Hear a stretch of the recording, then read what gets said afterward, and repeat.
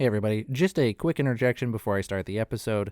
I usually record episodes Monday or Tuesday after I release the episode on Sunday, and so there's a couple pieces of news that are missing from today's episode that I thought was worth coming back in and recording something short for. So first off, we learned that the fourth companion we already kind of knew this, but it's confirmed, I guess, that the fourth companion for Avowed is Marius. It's the dwarf ranger that we see in the deep dive, as well as a little glimpse of it in the story trailer that recently released.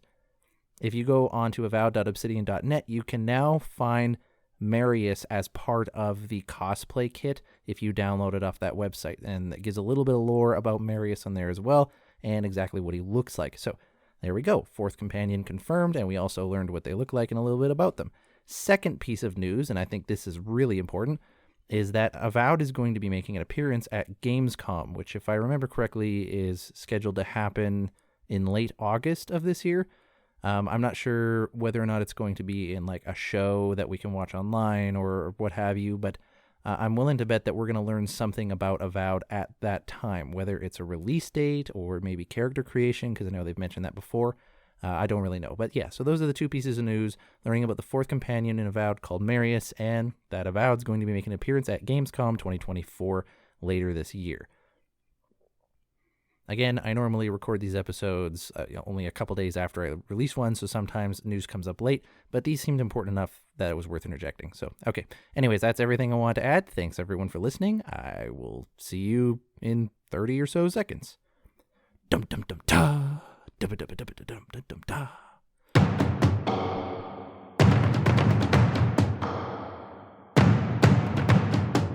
Welcome to the World of Eora, a news and lore podcast about the Pillars of Eternity games, as well as Obsidian Entertainment's upcoming release, Avowed.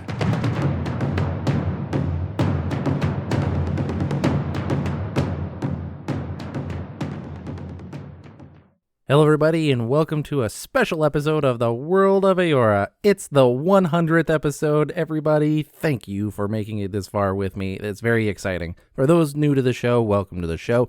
This is a podcast where we focused on the World of Eora as seen in Pillars of Eternity 1 and 2, and the game of Avowed, which is going to be releasing later this year from Obsidian Entertainment. In each episode, we usually dive into the lore in some way, shape, or form, and talk a little bit about what we see there, speculate about what we might see in Avowed, and just geek out about this kind of stuff. And like I said, today's a special episode. It's episode 100. So before we dive into anything, I just want to give a quick thank you to any of you who have been listening, not just for the whole time or a long time, but for those of you who have even jumped in recently and you're just supporting the show by even listening to it. I honestly, it's been one heck of an adventure. I started this podcast a while ago as just a project to start podcasting with. I wanted to get into podcasting, and I was told that your first project is going to be a throwaway, so don't worry about it too much. And I really like the World of Eora, and I didn't want to make it my throwaway project, but I wasn't sure how big of an audience I could get for it. And I thought, well, if people do like it, then I'll turn it into something. And you know what? I released my first several episodes, and it seemed like there was a hunger, or there was at least an interest in this kind of content. And so I've been doing this now for 3 years, and it's been great to get to know some of you, learn about your who you are. Some of you, even I get to know some of your families, and I get to hear about how you're doing, games you've been playing, talking about the World of Eora, your experiences with Pillars of Eternity. It's been a blast, and honestly, just thank you everyone for who's been listening to this show, and you listening right now. Thank you so much for this whole journey, and I hope that we can do 100 more together. I don't know how much content there is for Eora. There's only so much that we can talk about, but hey, here's to 100 more regardless. Thanks everybody for that, and happy 100th episode. So for those of you who are just more like, okay, cool, thanks. Now let's move on to the content, please. We'll get into it right now. First up is news. So news related to Avowed. There's nothing terribly new that I haven't mentioned since last week's episode where I looked at the story trailer. However, if you have been paying attention to the internet, just looking up Avowed stuff or seeing anything that's been coming out, you'll have noticed a lot of articles releasing. So I believe there's one from techradar.com that did an interview. As well, there's one from, interestingly enough, Sports Illustrated. They did an interview with Carrie Patel, so there was that. I think there's a couple with ScreenRant.com interview with Carrie Patel and Matt Hansen. There's one that I mentioned from last week from Eurogamer.net, as well. There's the Xbox Wire, where it'll release the news that I talked about for last week. So there's several articles coming out now. And of course, there's a lot of articles of people just kind of speculating or saying things like, this is what Avowed's going to be like, or something like that. So we have that kind of everywhere.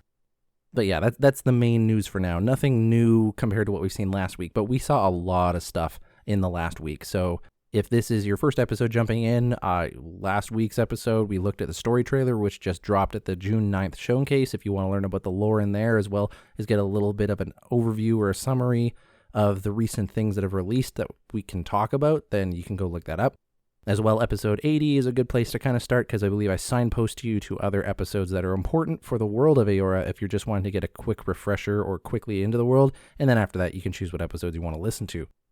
In today's episode, I am going to go through the deep dive. So if you're not familiar with what that is, there is a video on Xbox's YouTube. Technically, it's through the Xbox official podcast, but you can watch the video on Xbox channel and YouTube. It's titled Xbox Games Showcase Deep Dive Avowed.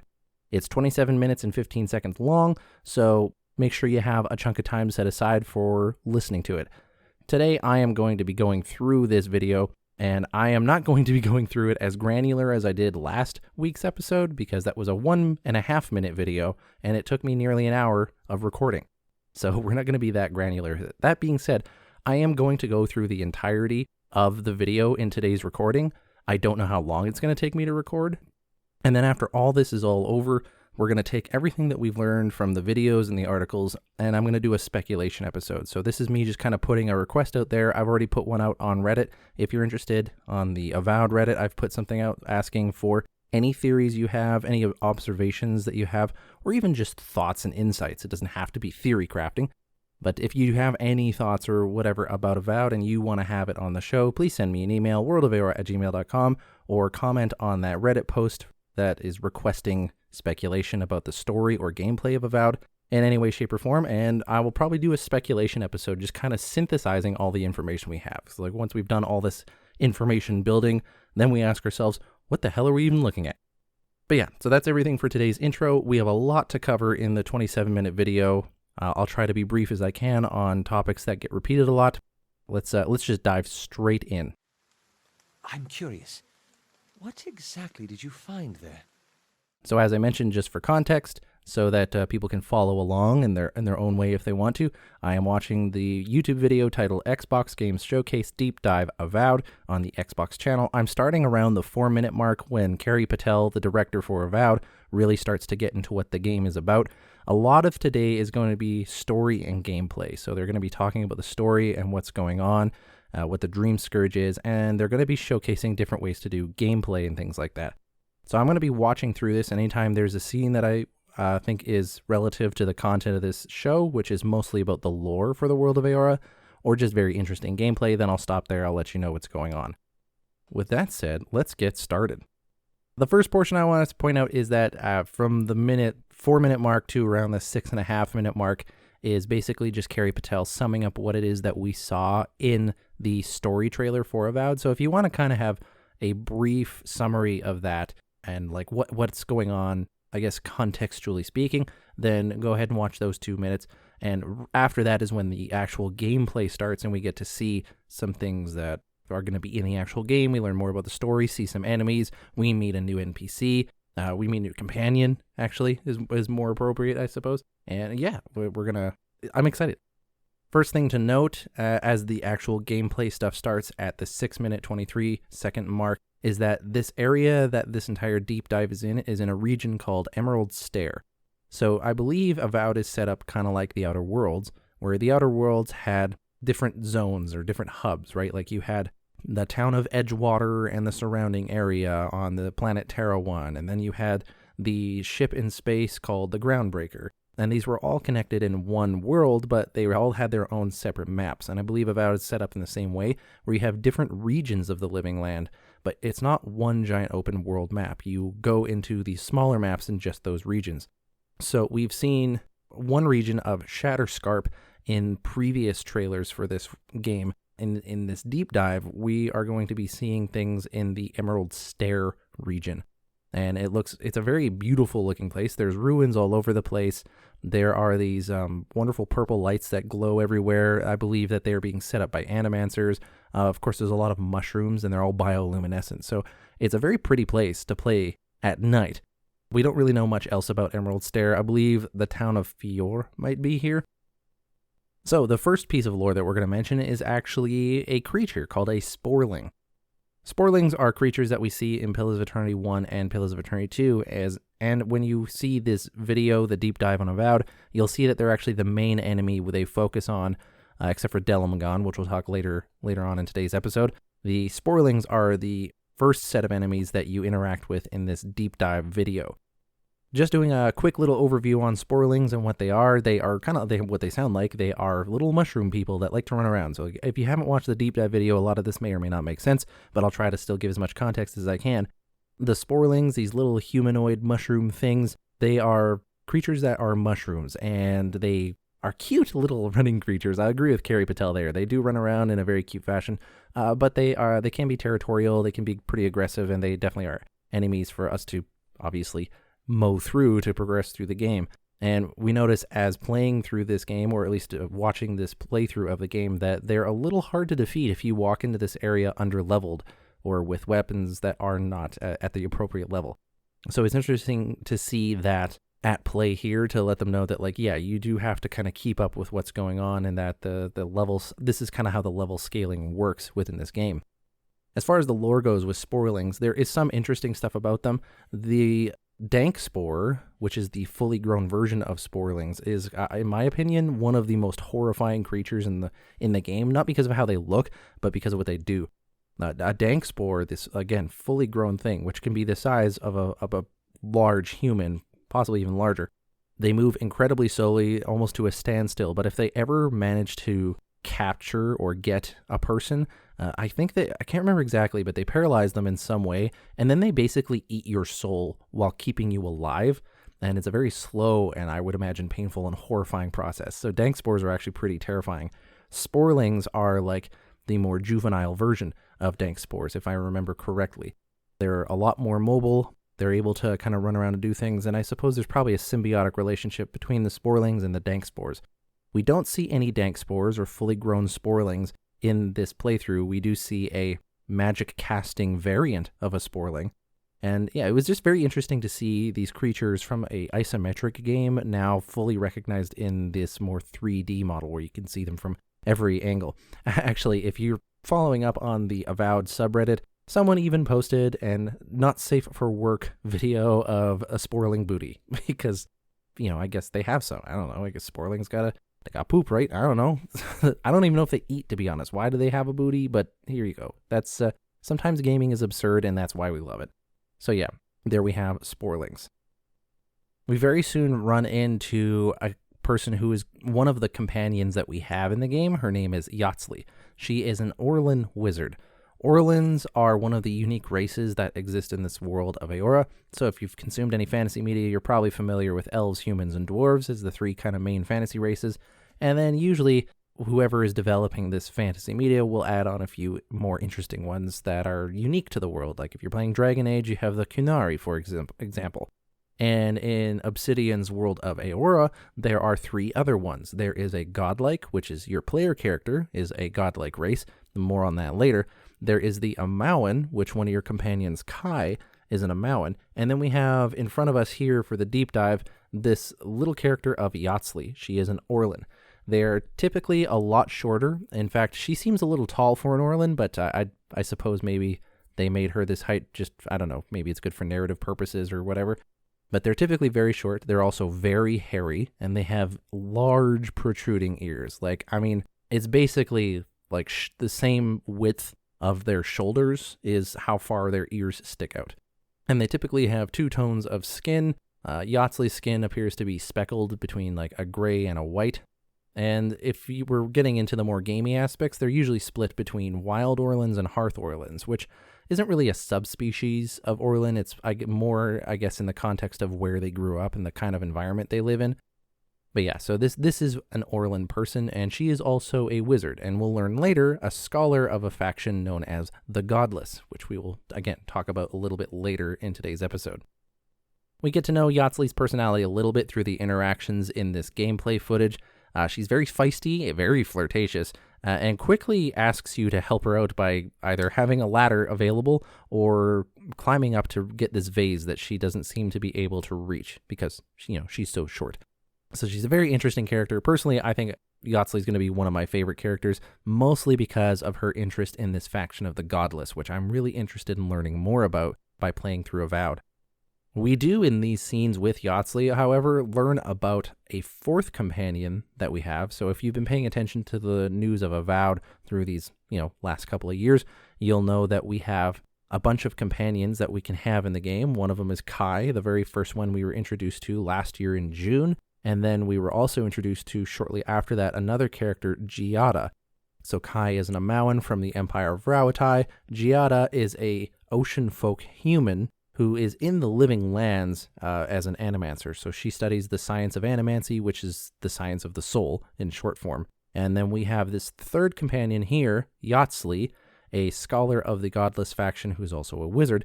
But then by reading the subtitles and paying attention to what's going on in the background and these little flashes that come across, we learn that we have a fourth companion named Marius, and he appears to be a dwarf of some sort. He kind of is wearing ranger garb, so I'm willing to say a dwarf ranger. We don't know anything about Marius other than his name is Marius, that he's a dwarf, and that he looks like a ranger. I surmise that he might be from the island nation of Nasitak, which I've done episodes on if you want to learn more about that. He might also just be an adventurous dwarf in the living lands who looks like a ranger, but there is a decent chance he could be from the island nation of Nasitak. The other interesting thing to note, I suppose, in this is that if we already have Marius in our party and we are now just meeting Yahtzli at this section of the gameplay footage, then that means that of the four companions we know about, Yahtzli is the last one that we run into. So it seems that we can gain Marius as a companion prior to this region. So maybe in the first region or in Shatterscarp or something like that, that's where we get Marius, because it seems like we're walking into this region with him already in tow. We see the use of unique dialogue option in this gameplay. Now, obviously, this isn't lore, but it's still interesting and exciting for me just because I played Pillars of Eternity. Someone pointed out on the subreddit in Avowed that the font that they use is the same font in the Pillars of Eternity games, which is nice, for gamers like me who played through Pillars of Eternity. That was a nice little touch, just a little sense of familiarity. As well, we see these icons within the dialogue options available when our character's talking with Yahtzli to use unique backgrounds or anything like that for unique dialogue options. So 2 examples we have here is one of a noble scion background, something you choose at the beginning of the game, allows you to have this one dialogue option with Yahtzli.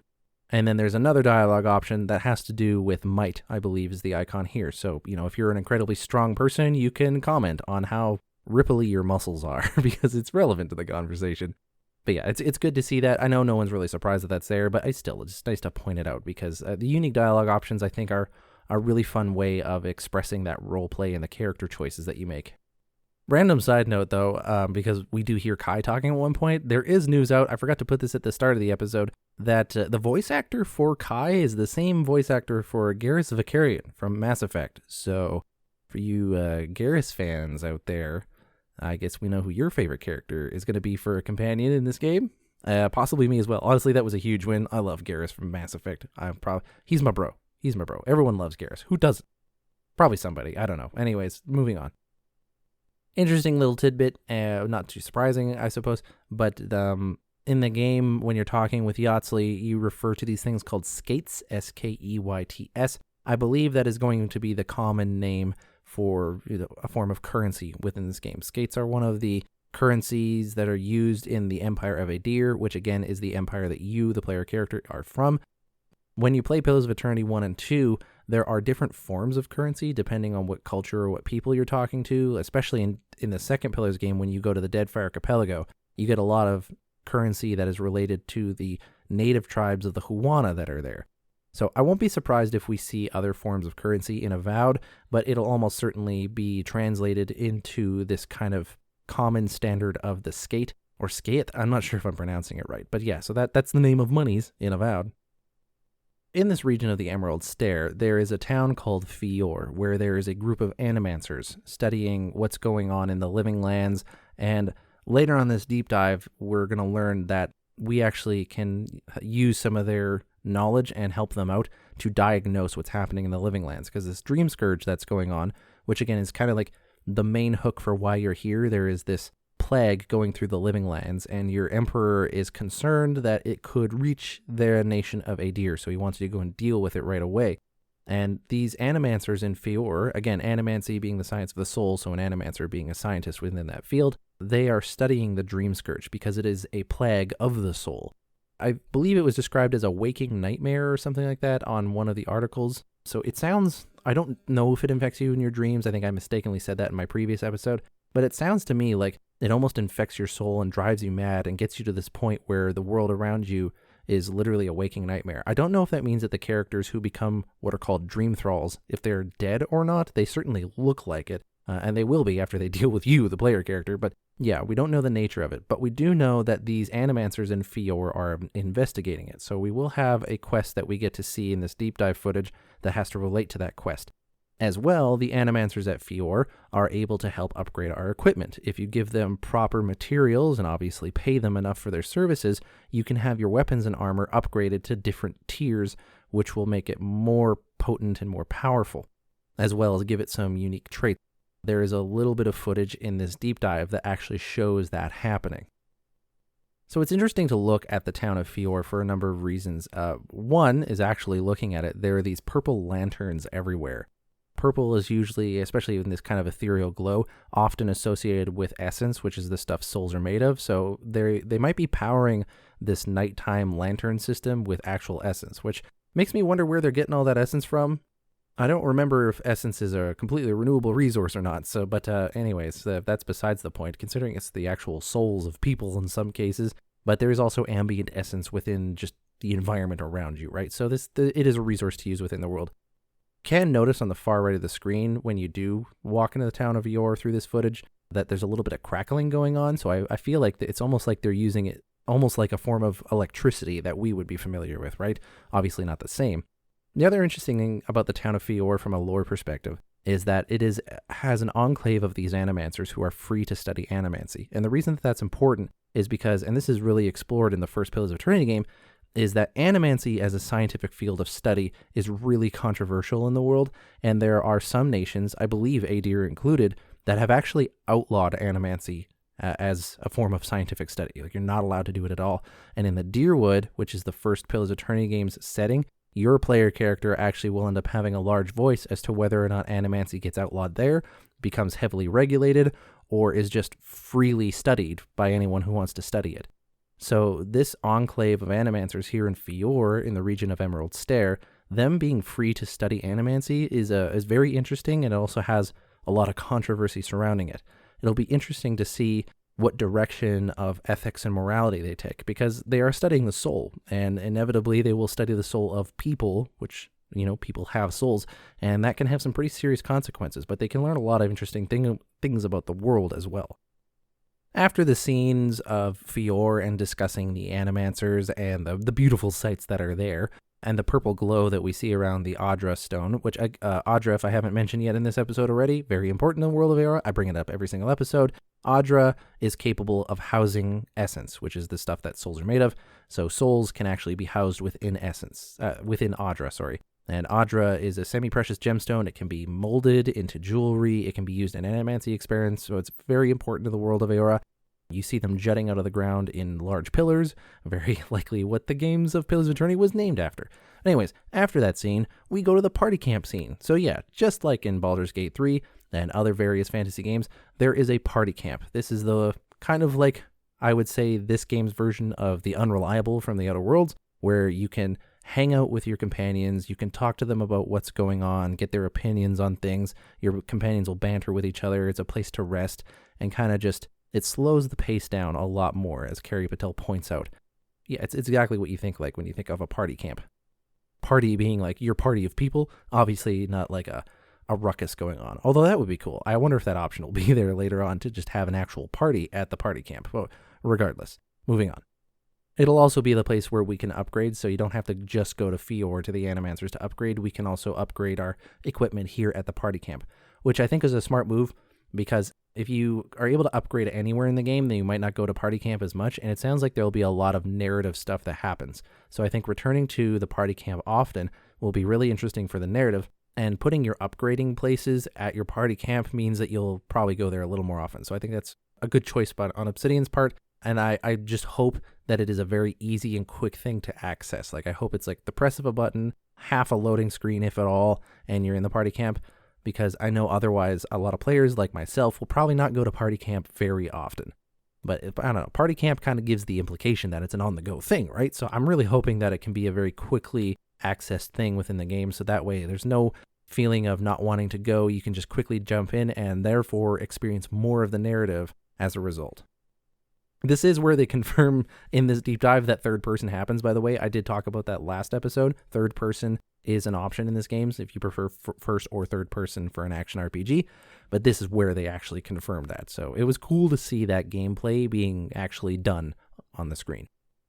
And so while we're at party camp, this is where we actually get to see on screen the gameplay of upgrading our gear. So I won't get into too much detail because I think this is much better seen, so I would recommend going to the deep dive video and watching it if you already haven't, but I'll give a quick description of what we're seeing here. You have a unique weapon in hand called Karnit's Cutlass, which I looked up. We don't know anything about a person named Karnit, so can't talk about that. And it just shows you the stats of this weapon and the requirements necessary to upgrade it to a higher tier of quality. It does seem like there are in total 12 tiers of upgrading that you can do, but those 12 are separated into 4 main categories. We have common, fine, exceptional, and legendary equipment. Each one of those 4 categories has like stage 1, stage 2, stage 3 is what I'm going to be calling it. I think the reason that they separate them in the 12 of them into 4 is because the common, fine, exceptional, and legendary, they will have their own base ingredients that you need to upgrade to the next category, whereas the actual 3 tiers within each one of those categories just increases it that little bit. So if you're in the common category, you only need, for example, in this sword, you only need a steel chunk, a thing of Hylia's Talon, and some Awakened Adra to upgrade it in that little category. But then, once it moves on to the fine category, then you'll probably have to add another ingredient in there, or perhaps 4 new ingredients entirely before you can go on upgrading within that category, then moving on to exceptional, etc., etc. That's my best guess as to what's going on, is that it just kind of separates those tiers in terms of ingredients needed, and it just gives you that much more granular of an increase in the statistics involved. And before anyone asks, I don't know what Hylia's Talon is. It looks like it's some sort of mushroom or vegetation, but I don't know anything about it. I know that you pick it up off the bodies of the Sporlings after you killed them, so maybe mushroom related, who knows. Some interesting things that we see on the items screens here is that you have, you have the unique weapon, which is signified as a yellow sword icon. So yellow is probably the unique item icon. But then you also have common sword. You have a common grimoire of elements, a fine bow. And so it sounds like you have base items that aren't unique, and they are just given the title of common or fine, exceptional, or legendary. And as they increase in quality, things like the fine bow I'm looking at, for instance, that has an empty circle on it, which I think means that we can actually implant, I don't know, some sort of upgrade into the fine bow. Maybe give it a unique trait or something like that, or give it an ability that we can use in combat. And it's, for me, exciting to see a grimoire of elements because I'm planning on playing a mage, so it's cool to see grimoires as actual items and weapons in the game. In another similar screen, it's not an upgrade screen, but it looks like it is the menu screen, where we can look at our abilities, our character, our inventory, our journal, and our map. Some things we can see here in the character section, we see the attribute points and the way they're distributed. As another kind of head nod to Pillars of Eternity, the attributes we see here are the same from Pillars of Eternity. So you have might, constitution, dexterity, perception, intellect, and resolve. Might represents your character's overall strength, not just in terms of like physical might, but the amount of damage you'll do. So might has to do with damage and how much you can carry. Constitution is your overall health and endurance. It'll impact your health and your resistance to poison and bleed damage. Dexterity is about how fast you can attack and how fast you can act. So it'll impact your attack speed and your action speed. Action things being like parkour or I guess suppose reloading a bow or things like that. Perception will have to do with your critical hit chance and your maximum range for ranged weapons. I imagine it'll also come up, actually we do see it in one of the dialogue options in today's deep dive as well. We might notice some other things within the world with a high enough perception. Same with intellect and resolve. Those are kind of more of the mental attributes. So I imagine that they'll come up in dialogue options or character roleplay. The intellect will have to do with the amount of essence that you have. Essence, like I said, is the stuff that souls are made of. It's also used as a moniker in this game, kind of like mana.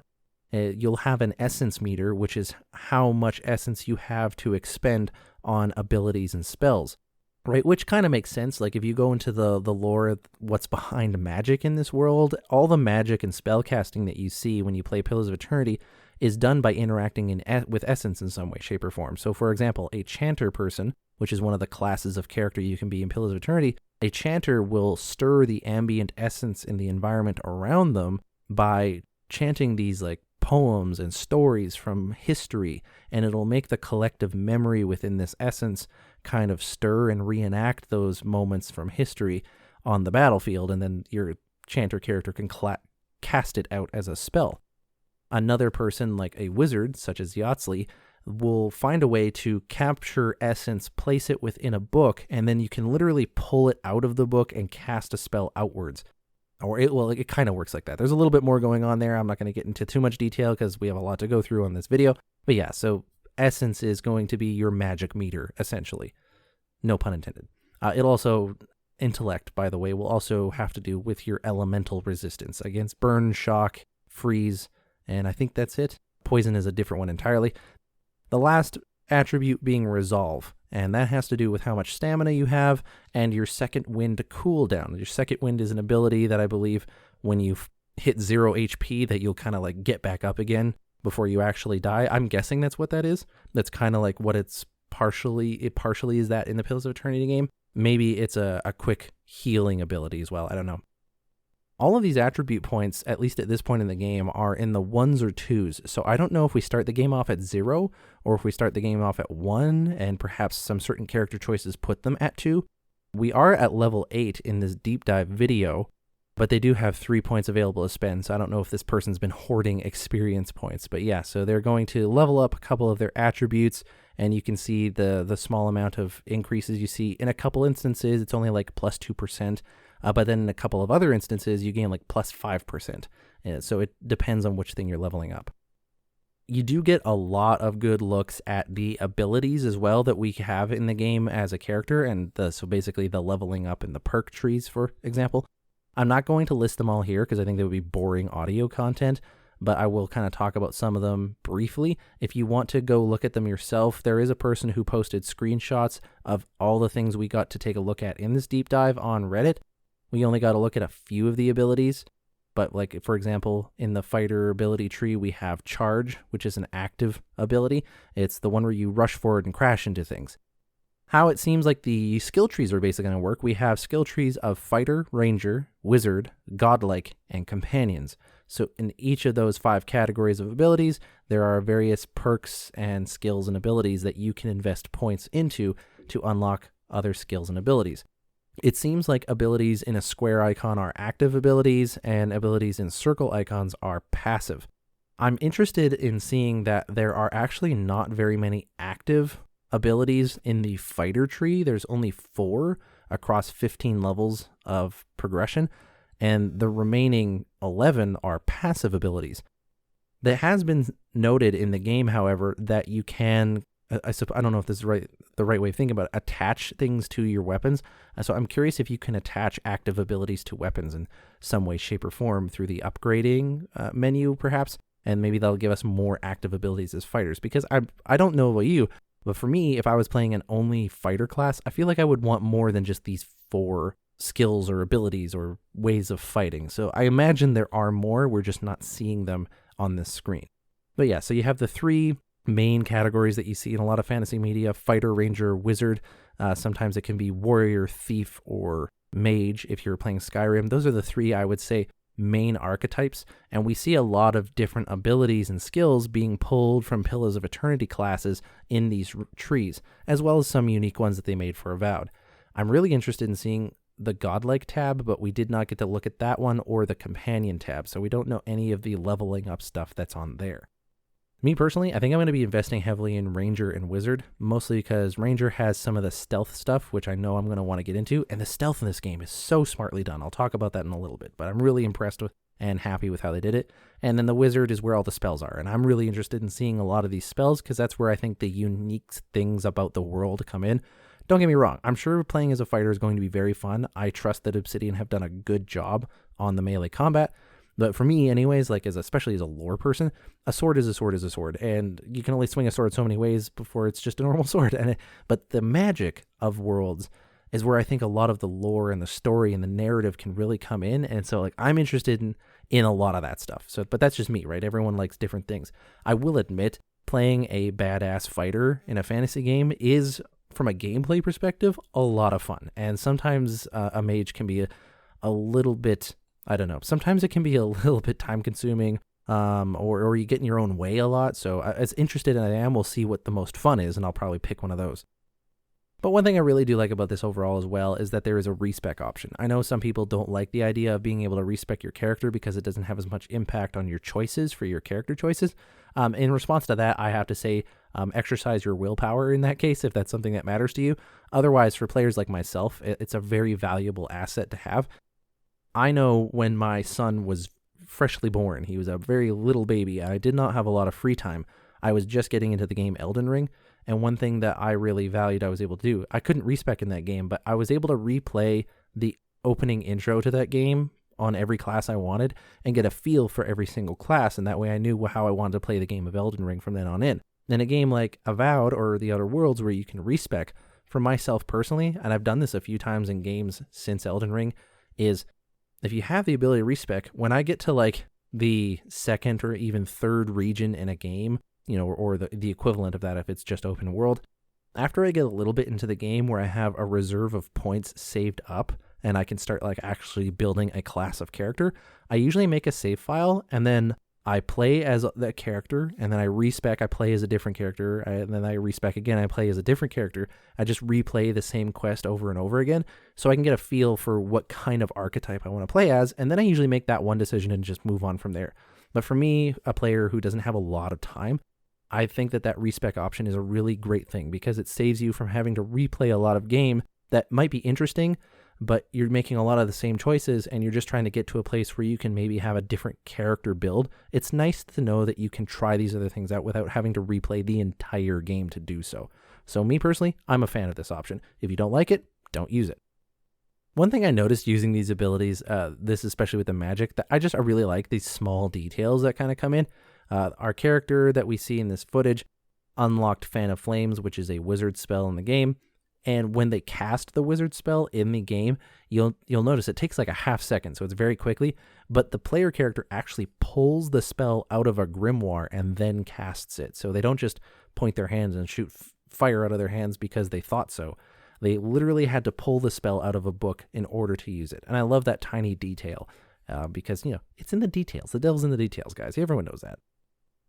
So now that our character in this footage has upgraded their weapons and leveled up and things like that, they go back out into the field to that place where they met Yatsley the first time and they were attacked by sporlings.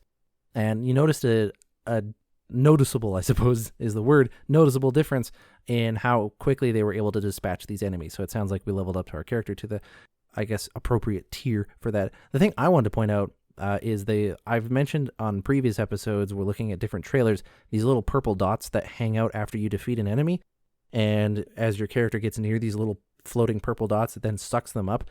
I think now it's safe to assume, but I suppose it is just speculation still, that is essence. It sounds like by killing enemies, you can pick up some like ambient or leftover essence from that person. And I imagine that will then power your essence meter. So instead of having to drink essence potions to refill your magical abilities, you can just kill enemies with, say, martial weapons and then refill your magic meter that way.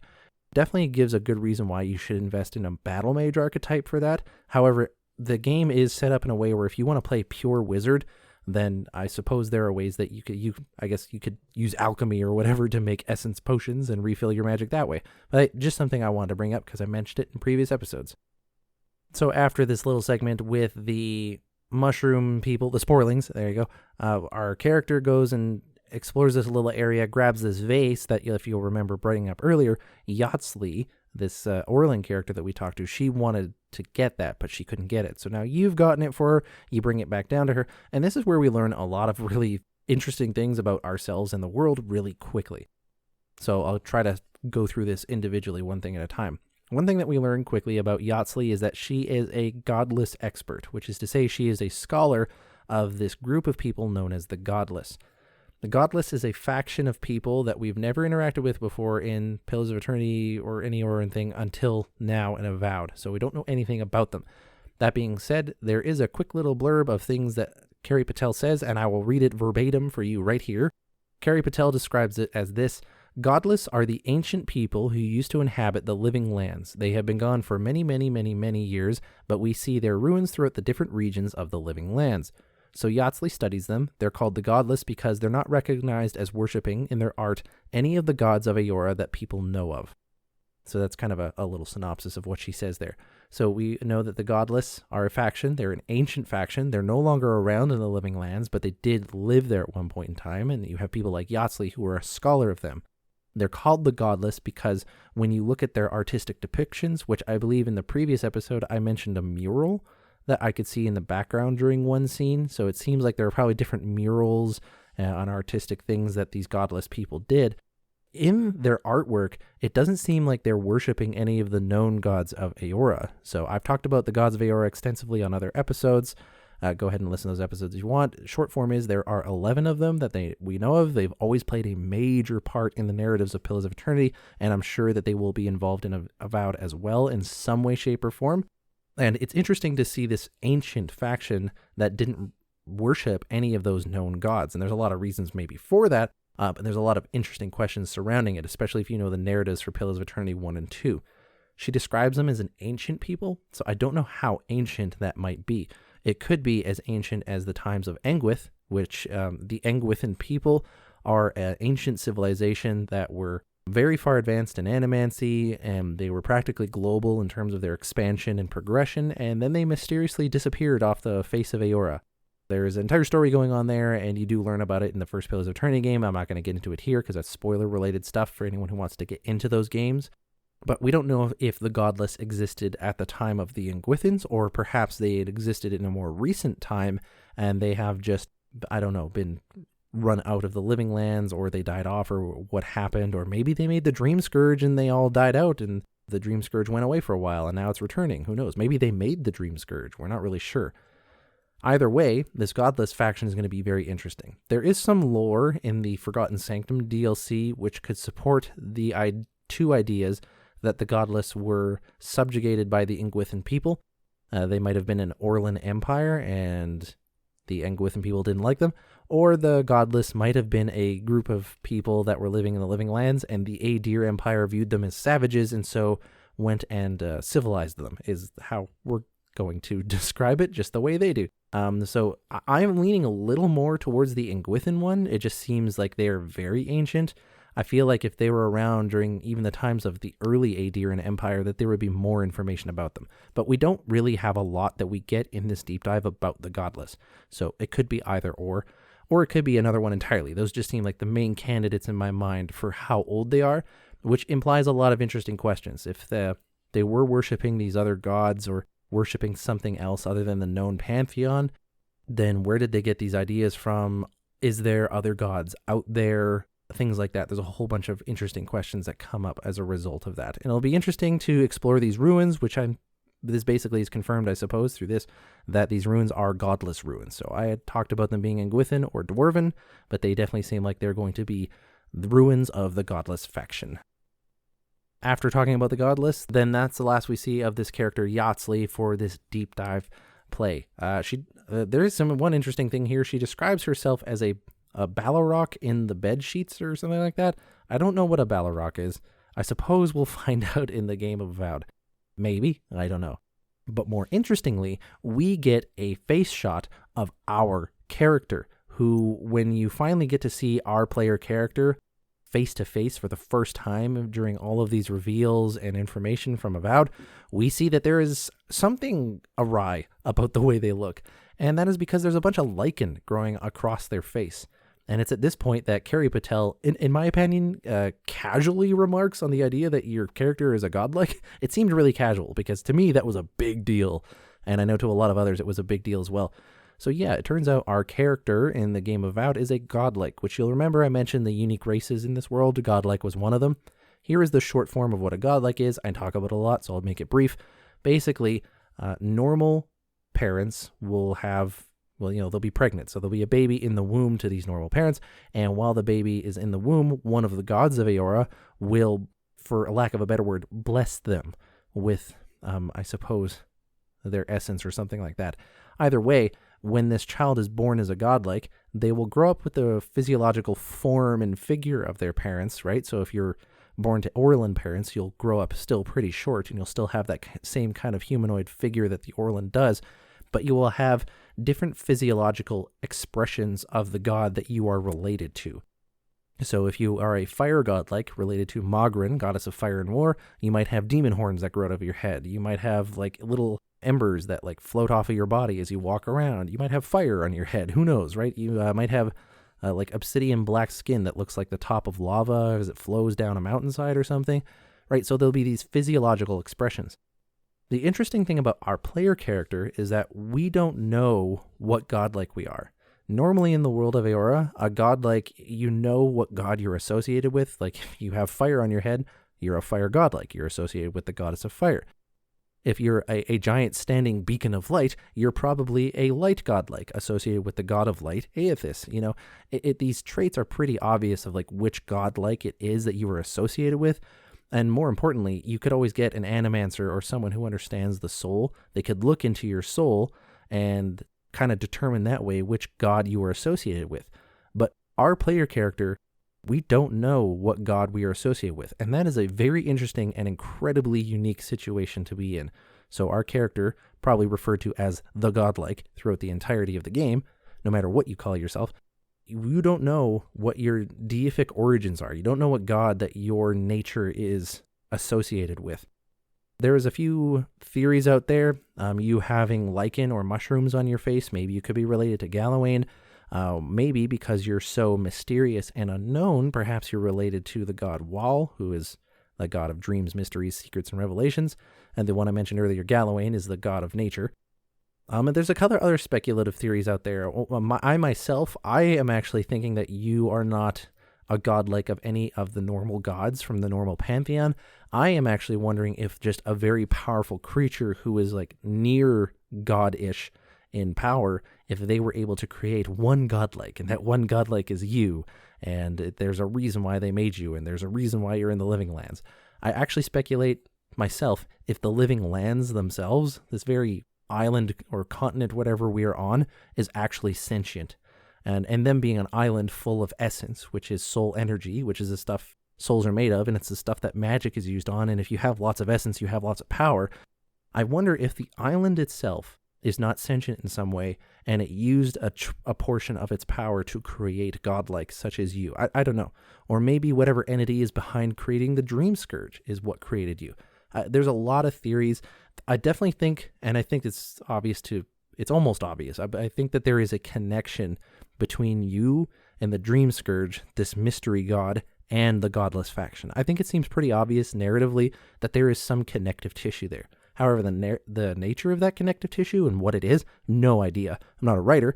Anybody who's a writer who listens to this show, or if you've read a lot or you've played a lot of games and you have any thoughts, hey, send me any ideas you have on any of these theories or what we're learning here about what might be going on. worldofaora@gmail.com, or go leave something on Reddit because I reference there quite often, and hey, you can get some karma while you're at it. So the last portion of this deep dive video showcases how you can approach different quests differently in the game of Avowed.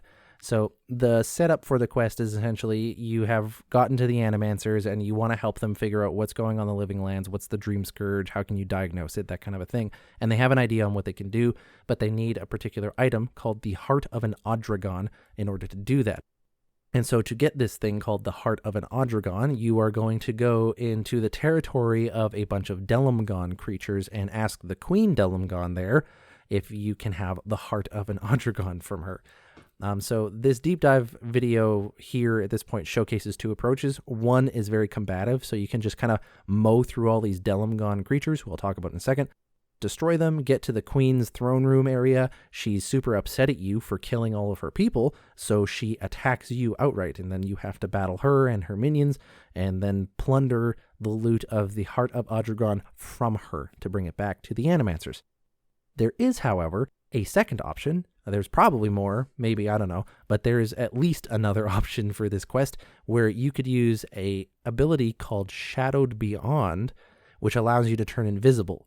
You can sneak by all of these Delimgon instead of killing them and make your way to the throne room and then interact with the Queen. And because you didn't kill all of her people, she's a little more like, oh, hey, nice to see you. Welcome to my throne room. What can I do for you?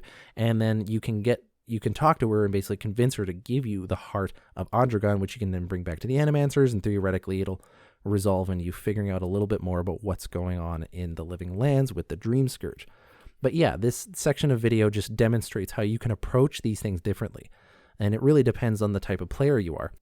Some players, they'll see an enemy or they'll see a red icon on their map and they'll be like, oh, kill it. I don't think even twice about it. And so you might not even recognize that you could sneak past and complete this quest completely without violence. But other people, they might be very averse to combat in games. And so they would normally sneak through things. And then you'll run into the Queen and be like, oh, turns out you're fine with me. Neat. That's fun and fine and dandy. And there you go. This Delimgon Queen, I don't think she's like the worldwide queen of all Delimgon. I think it's just kind of a localized thing. Like she's the matriarch of this little group of Delimgon. And at this point, I should probably get into what a Delimgon or an Odragon is. Delimgon, as described on the Pillars of Eternity fandom webpage, are forest spirits of Erglonfoth that are bound to ancient, often petrified trees or Adra monuments. This references a place called Erglonfoth. That's a place from the first Pillars of Eternity game. Obviously, doesn't have anything to do with Avowed. But the idea behind Delimgon, as far as I understand it, is that they are forest spirits. Carrie Patel describes them as nymphs of the forest at some point. The way I've always envisioned it is that it's almost like if the forest was a living thing or a sentient entity, that it would create these humanoid things as a representation of itself. The reason I say that is because the lore tied to Delimgons is that the health and vitality of the forest that they're in is directly represented in the health and vitality of the Delimgon. So if you're actually in a portion of the forest that is diseased and rotting, then the Delimgon actually morph into these rotted versions of themselves called Pugras. They are just violent and horrible creatures, whereas the Delimgon can actually, even though they're very territorial, they'll fight you if you go into their area. They're generally peaceful creatures, and they can get along well with rangers. There might be a unique dialogue option there if our character's a ranger, for example. And so they're basically forest nymphs. I describe them as like these, like almost like these little incarnate representations of the forest that is surrounded by the area. Odragon is like a Delimgon, except it is crystalline rather than forest, so it's like a crystal nymph. This is because Adra is that gemstone I was talking about, so it takes on the form of Adra rather than the forest. The word Delimgon, Delim obviously doesn't mean forest, or maybe it does.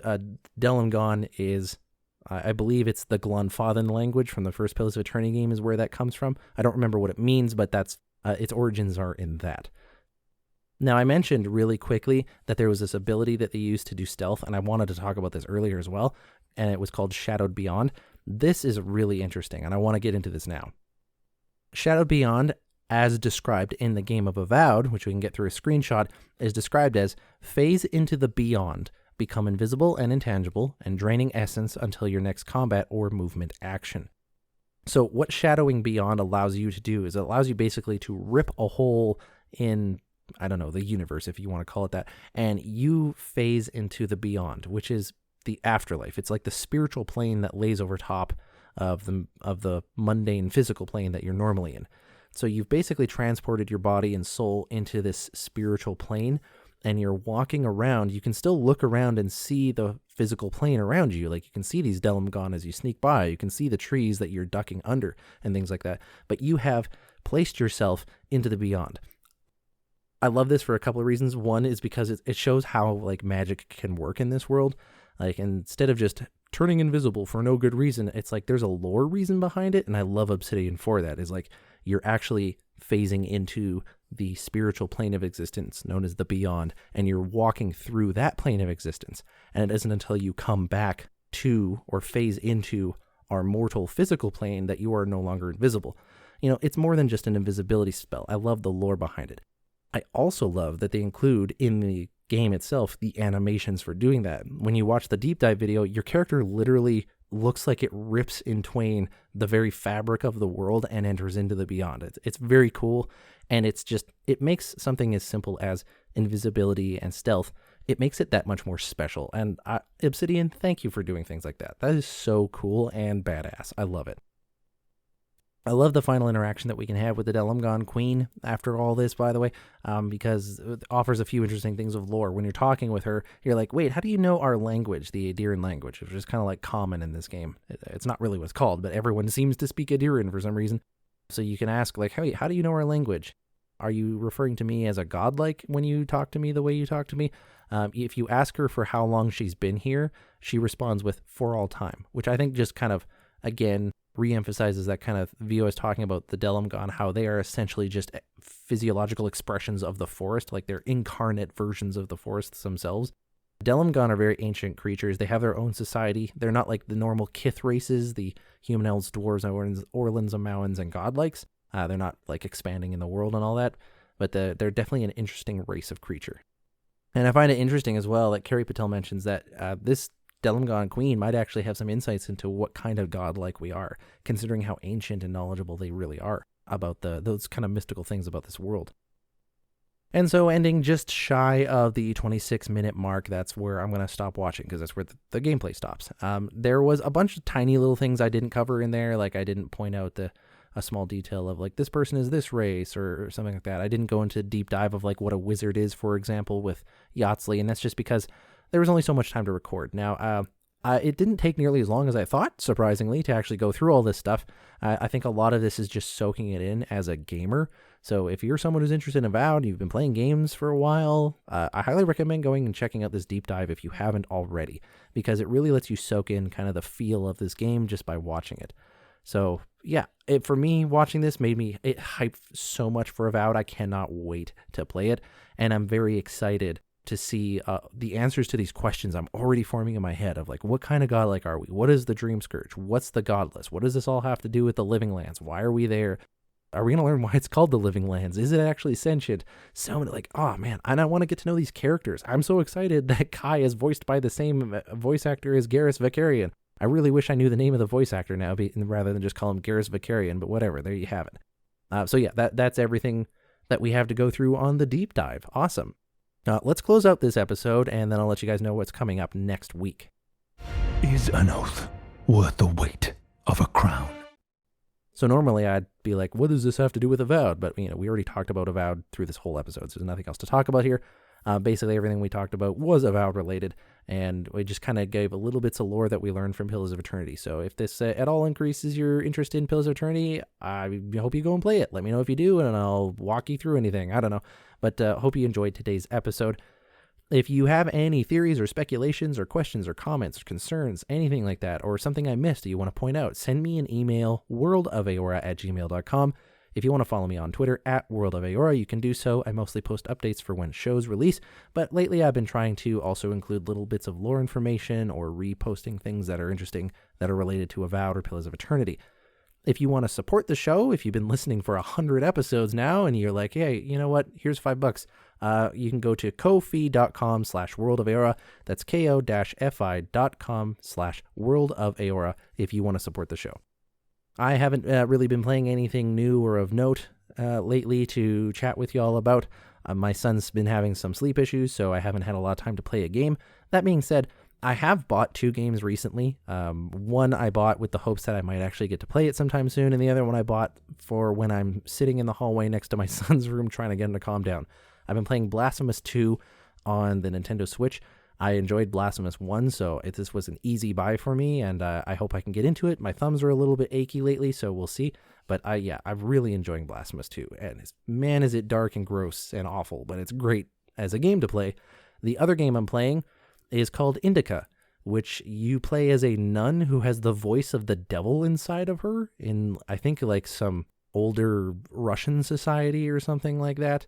It seems like an interesting game so far. I've only played roughly an hour of it. It's really weird. It's an oddball game, but it looks interesting.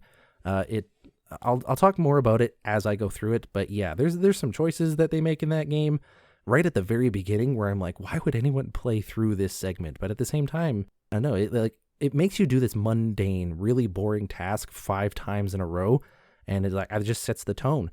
But like this tone of the game is very dark and foreboding, and it's almost horror-esque at this point. But the music in the game, when you do hear it, it's almost jumpy and exciting and energetic and weird and proggy in certain parts. And the voice that you're hearing of the devil is sarcastic and funny, and it's so at odds with itself, and I think it's obviously on purpose. I wish the puzzles that I've engaged with were a little, I don't know, I don't want to say better, but I didn't find them like engaging in like a fun way. They were more like obstacles and like okay, I just need to get past this so I can move on kind of a thing. Although the one puzzle that has to do with a safe and a piano or something like that, I think they were being clever in revealing the puzzle solution through the achievement that you unlock by trying to solve the puzzle. I don't know, but anyways, I'll talk more about it some other time. Indica seemed really interesting. Anyways, thanks everyone for listening to today's episode. But thanks everyone for joining me on today's episode as we took a look at the deep dive for Avowed as seen on the official Xbox channel on YouTube through the official Xbox podcast. It was super exciting to see a lot of details in there, learn a lot about our character in the world, and I've got a lot of questions, and I hope you guys will join me in asking more and trying to answer some of them. And we get to look at companions and upgrades and items and menu options and a whole swag of stuff. Next week's episode, what I'm planning on doing is synthesizing all this information and coming up with some speculations on what's going on in the land itself, who we are, what's going on. And I'm going to include some speculations that I've seen on Reddit, as well as some people who have emailed me a couple. So if you'd like your opinions or your thoughts known on the actual show, now is the time to send me an email, worldofaora@gmail.com. Let me know what thoughts you have, even if it's not story related. It could be gameplay related or anything. Just if you have any thoughts and you want them out there, send me an email, let me know what that is, and that's what I'm going to do on next episode. I'm also going to try to focus a little bit on some of the news articles that have come out for Avowed, just any information that has come out of there. So we'll talk about the news articles, we'll see what kind of lore is in there, and then we'll synthesize the information together to create some speculations about what's going on in the game of Avowed. But that's everything for today's episode, guys. Thanks for listening to this episode. Really enjoyed making it. My voice is starting to disappear, so this is the perfect time to go. Thanks, everyone, again, for joining me on 100 episodes of this fun journey that has been a podcast about a really amazing fantasy world that has been created at Obsidian. Thank you, Obsidian, for making this and also supporting this show. I've emailed you guys a few times about like permission to do things or your insights on X, Y, or Z, and you've always been very prompt in your response and really felt like I was talking to a person and not just, a representative of Obsidian. So I thank you guys for that. I thank you all for listening. It's been great. I can't wait to make 100 more. Well, or a few more. We'll see how much more content there is, especially after Avowed releases. But yeah, thanks everyone. I'm your host, Eric, aka Gingerino, and I'll see you guys next time, episode 101.